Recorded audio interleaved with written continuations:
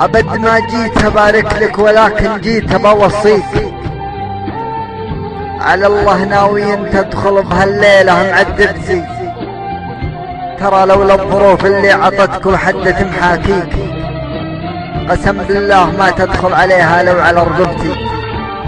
ولكن النصيب اقوى ولا ادري ويش اسوي فيك. نعم صارت معذبتك ولا صارت معذبتي، كذا شاءت بنا الاقدار تحرمني لجل تعطيك. كذا لازم عشان تفوز، كذا لازم عشان تفوز انت وانا اخسر بتجربتي. تراها غالية جدا وتكفى والله يخليك، تدللها وتدلعها وتنسيها مصاحبتي. انا من كثر مغليها احس اني بديت اغليك، ولا تسأل بأية حد ولا وش مناسبتي، لأنك لو بتسألني بتسمع شيء ما يرضيك. لذا يا أخوي لا تسأل ولا تسمع لأجوبتي، أبيك تحطها في داخل عيونك وبين يديك، وهي دلوعها اعتادت على كثرة مداعبتي. افتاعبها شوي شوي حتى تشتهي طاريك، وشاغبها إلين تقول بطل من مشاغبتي. وإذا ما لها خلقك ولا تضحك ولا تسليك، تحملها واسألها يا عمري ليه عصبتي، وبالك اسمع انك يوم تضربها وهي تشكيك.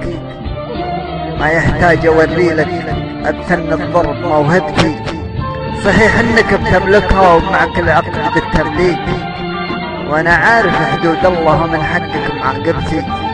ولكن قل لها المجنون وصاني وهو يعنيك، يقول انه بينتظرك لو شيب وشيبتي، وانا مجنون هاللي ما نساها وانت ما يمديك.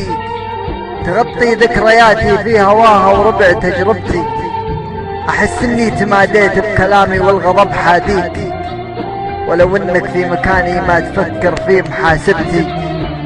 كفاك اني تركت الليلة اشغالي عشان اجيك، دخلت القاعة برجلي ولا ادري ويش عاقبتي.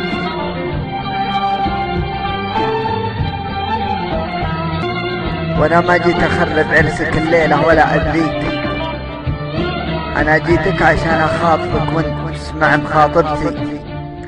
وانا ما جيت اخرب عرسك الليلة ولا اذيك، انا جيتك عشان اخاطبك واسمع مخاطبتي.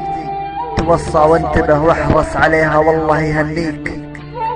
ترى كل الكلام اللي طلع من ضيقي وكبتي، لكن ما قدرت اني اقوله وانت ما يخفيك.